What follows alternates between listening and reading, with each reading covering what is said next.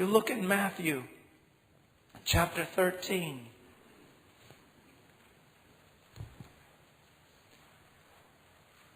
Matthew chapter 13, verse 44. The kingdom of heaven is like a treasure.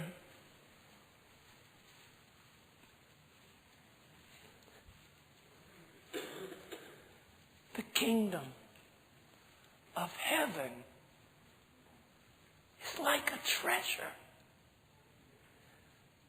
Now you would expect me just to continue reading on at this point, wouldn't you? It's a sensible thing to do. It's what you learn in expository preaching. Read the entire text. But do you feel the weight of those words? The kingdom of heaven is like a treasure. As opposed to absolutely everything else being fodder and hay and wood and stubble that will burn up in the fire. But the kingdom of heaven is like a treasure hidden in the field. Let me tell you something about God. One of the things in classic theology that you understand is God is the God of revelation. Not the book of Revelation, but the act of revelation. He's the God who does all that He does with a great desire to reveal who He is so that He might be truly worshipped as He ought to be worshipped. Who glorifies His name, who takes center stage and works all of history so that His magnificence might be displayed. But there's also something about this God. He's always passing by. He's always playing hide and seek. He's always waiting to be chased, to be sought after. So many people in Christianity take a quick glimpse around, and when they don't see Him, they say, well, it's to no avail, and go on and bother themselves with other things. But the treasure in the kingdom is hidden. It is a treasure hidden in a field which a man found and hid again. And from joy over it, he goes and sells all that he has and buys that field. Now let's look at this. The kingdom of heaven is like a treasure. I speak quite frequently at universities. I think they like to just have me there so they can stone me and crucify me. But I remember one time speaking at a university, and it was a great big university group of Christians, and I noticed that right before the meeting started, all the co-eds, a lot of the girls who must have thought they were rather something, rather beautiful, marched in the front of the auditorium and sat in the front aisles, and I guess for the whole world to see them, I don't know. And so I thought, well, that would be an interesting topic to preach about. And so I looked at the congregation of beautiful young people, all in the strength of their bodies and minds.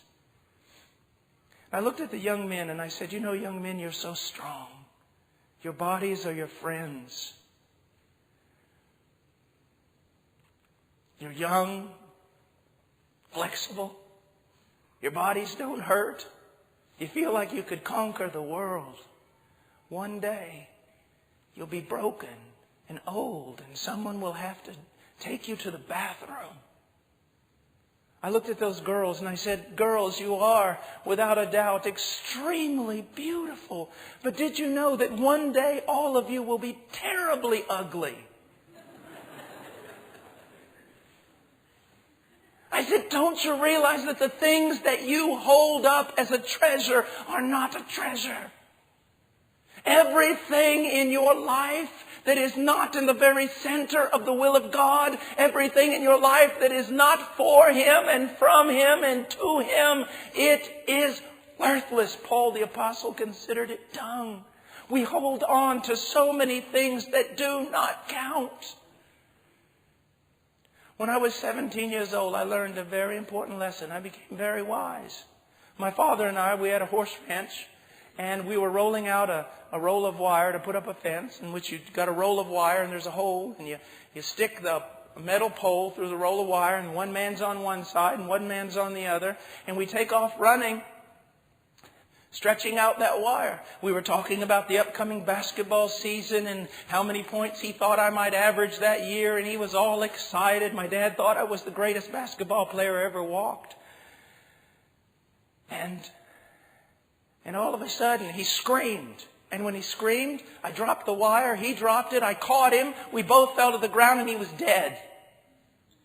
I learned something that moment. It doesn't matter how rich you are, you're going to die. It doesn't matter how strong you are, you're going to be weak. It doesn't matter if you fall in love with the greatest of loves, that love will be destroyed. Your youth will be gone in a glimpse. Your power wasted away in a moment's time. You are a vapor.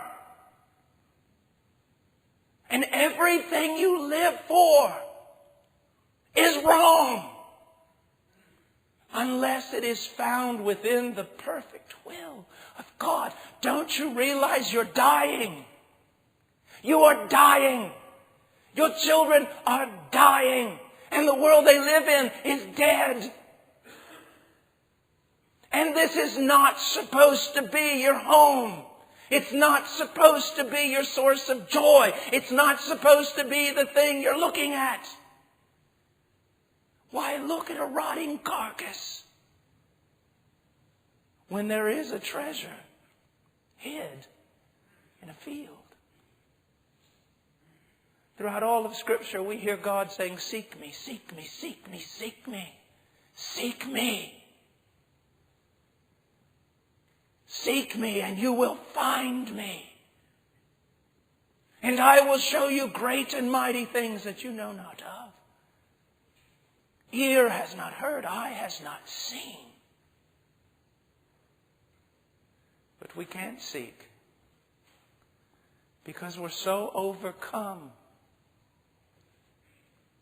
We are so overcome looking at shiny trinkets, looking at things that do not matter. Treasure hid in the field. When a man finds it, what does he do with it? It says here, it says, which a man found and hid again. It was so precious. He found something of such worth. And he was almost terrified of losing it before he could truly purchase it. And so he hides it again. And the only thing he can think about is, I hope it is not lost. I hope it is not lost. I hope I can do all that I need to do in order to get it done, to go back and purchase that thing, to get it for myself. At that moment, when he saw that one treasure, don't you realize that everything else in his life became meaningless? When he saw that one treasure, everything else in his life became meaningless. Now, let's talk about passion for a moment and how it can direct your life. Let me give you an example. I love to bow hunt. I hardly ever get to do it much because I'm so busy, but I really like to bow hunt. And let's say that somehow, some way, I find a way that I can go bow hunt elk. And next year, I'm going to get to do it. Someone promised me, so I'm going to get to do it. So all year, all I'm thinking about is, man, I'm going to go hunting. I'm going to Montana. I'm going to do this. I'm going to do that. I hope I can, go to Cabela's first. I don't know. I'm so excited. And all I can think about is I'm going to go elk hunting with my bow. And let's say that after 1 year of preparation and 1 year of thinking about nothing but going bow hunting, as I'm walking out the door, saying goodbye to my 2 little boys, my oldest boy, Ian, says, oh, Daddy, my head. And he falls to the ground unconscious. What's going to happen at that moment? Everything I have been thinking about for an entire year vanishes.